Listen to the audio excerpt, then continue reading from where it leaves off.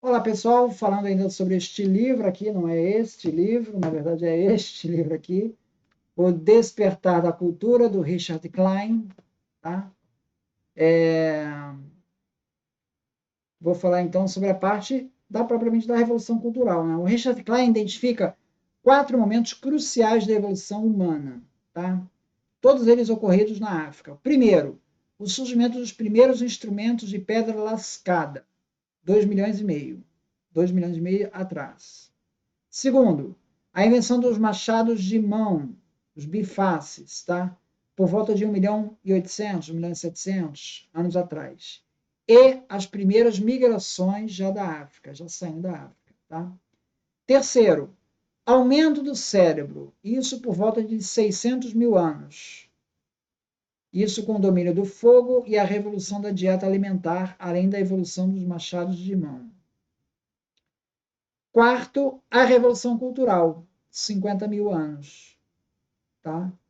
Possivelmente conectada com o desenvolvimento da fala. Então, esses 50 mil anos, ele vai mostrar o que justifica essa Revolução Cultural de 50 mil anos. Desenvolvimento da fala.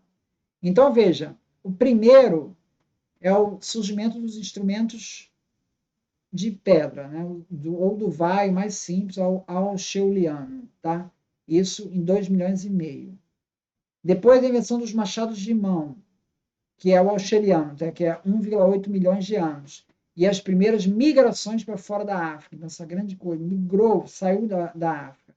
Terceiro, 600 mil anos, domínio do fogo, já começa a cozinhar a comida, melhora a dieta, aumenta o cérebro. Tá? E o quarto, a Revolução de 50 mil anos, provavelmente ligada com a fala. Já falava alguma coisa, mas houve aumentou bastante a capacidade de fala aí aos 50 mil anos.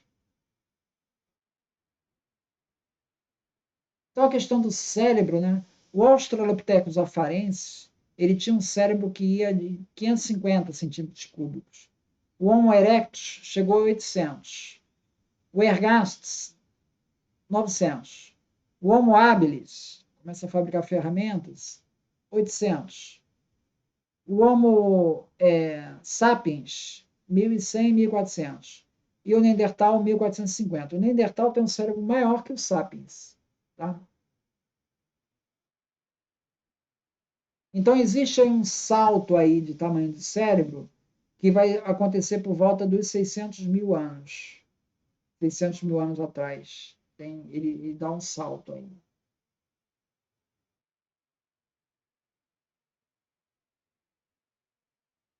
Bom, o que seria então essa revolução cultural? Então são pinturas em cavernas, conchas que você tem um furo na concha. E aí você passa um fio e faz um colar de conchas. Né? Essa fabricação de colares, pinturas, uso do ocre. Ocre, num sepultamento, é sinal de que o indivíduo ele era tatuado. Tinha algum tipo de tatuagem. Tá? Então, essas conchas principalmente as baseadas em caurim, eram muito valorizadas por sua beleza e raridade. Então, provavelmente eram usadas como objetos de adorno. Essa fabricação de conchas envolve, segundo Randall White, uma verdadeira indústria. Ou seja, você tem que ter uma pessoa para caçar essas conchas, para pegar essas conchas. Você vai ter que ter outro indivíduo que vai fazer o furo, tem outro indivíduo que vai montar os colares, tem outro indivíduo que vai fazer aparar as arestas para acertar, para ficar tudo certinho. Então, isso envolve uma organização social. Sungir, lá no Iraque, foram encontrados túmulos com mais de 13 mil contas. Olha o trabalho que isso dá. Estima-se que isso daria por milhares de horas para fabricar esses colares. Então ele conclui assim: a rápida emergência da ornamentação pessoal no Paleolítico Superior pode ter marcado não uma diferença no que diz respeito à capacidade mental do Cro-Magnon e Neandertal, mas sim uma emergência de novas organizações sociais que facilitaram e exigiram a comunicação e registro das ideias complexas. Em Enkapuni-Yamuto, também conhecida como Caverna do Crepúsculo, no Quênia, foram encontrados 600 fragmentos de casca de ovo de avestruz. Isso usado para fazer colar.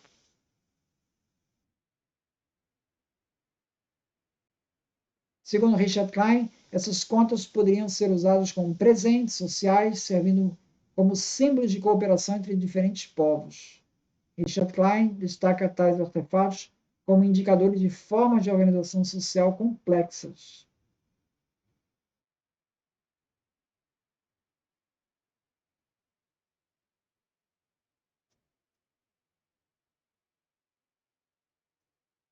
Existem alguns achados ali na caverna de Blombos, ali na África do Sul, que poderia colocar essa revolução cultural um pouco mais antiga, lá para 100 mil anos. Tá? Mas o Richard Klein ele é cético com relação a essas datações. Por quê? Porque isso não consegue explicar por que esses artefatos eles não desencadearam uma revolução cultural. Entende? Isso lá na Europa desencadeou uma revolução cultural, porque você tem esses colares, mas você tem pinturas, você tem machados de mão sofisticados, tudo da mesma época. Né? Então faz algum sentido que existe algo acontecendo ali. Na África do Sul é só escolar, ter isolado lá, não tem mais nada que cerca. Inclusive, na caverna de Blombos, existe uma caverna ao lado, que é a caverna de Kaiders, que continua com os artefatos antigos. Então, isso fica difícil explicar. Você está trabalhando. É a mesma coisa que você encontrar um celular e no mesmo local você encontrar, sei lá, um telefone celular primitivo, entendeu? É, é difícil imaginar os dois convivendo na mesma época, porque são técnicas bem diferentes uma da outra.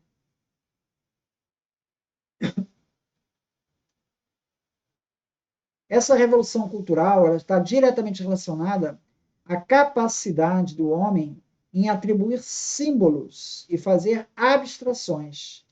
E por isso ela está conectada com o desenvolvimento das artes e da religião. Não se trata um mero aumento exponencial de invenções. Esse verdadeiro despertar da cultura humana, que se manifesta nas pinturas das cavernas, em talhes de ossos, estatuetas de Vênus, em pedra e osso, enfeites pessoais como colares e contas, rituais de sepultamento, tem desafiado os analistas a compreenderem que fatores teriam causado esse fenômeno. Offerbai Youssef acredita que isso foi o resultado do desenvolvimento natural do aumento da população.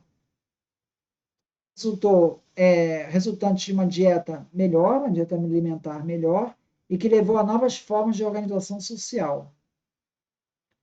Richard Klein contesta isso porque não há evidências de aumento populacional na última parte da idade da Pedra Média em direção à idade da Pedra Superior, ali por volta de 50 mil anos. Não há indícios que a população tenha aumentado muito nessa época. A perspectiva de que houve uma mudança climática impactante também não parece explicar o fenômeno. Tampouco a gente pode dizer que foi uma determinada inovação tecnológica que desencadeou todas as outras. Também não parece, porque são coisas colar, com pintura, com sepultamento, são coisas meio díspares uma da outra, tá? E uma outra razão que o Richard Klein levanta, que seria uma mudança genética. Uma mudança genética no nosso cérebro, que passou, então, a ter uma maior capacidade cognitiva. Só que isso não tem como provar, né? Porque a gente não tem acesso ao cérebro desses indivíduos, né? De tamanho cerebral, tamanho da caixa craniana, né? Não há muita diferença, tá? Se você pega o Homo sapiens de 200 mil anos atrás e compara com o Homo sapiens de 50 mil anos, não há grande diferença fisiológica ali, anatômica, não há grande diferença. Então, tudo indica que esse salto cognitivo foi possível devido a mudanças no nível comportamental e neural. Para explicar essa evolução disruptiva, Richard Klein aponta para a linguagem. Com a linguagem, você tem uma capacidade maior para você transmitir essas técnicas de geração para geração.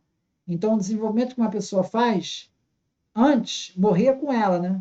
Agora, ela tem a capacidade de transmitir isso por linguagem um número maior de pessoas e a chance daquilo se difundir é maior. Então, isso coloca, essa explicação coloca em primeiro plano a questão da transferência de tecnologia. A transferência de tecnologia teria sido um elemento vital para a sobrevivência da humanidade, segundo essa perspectiva. Tem um papel central nesse processo. Muito obrigado, então.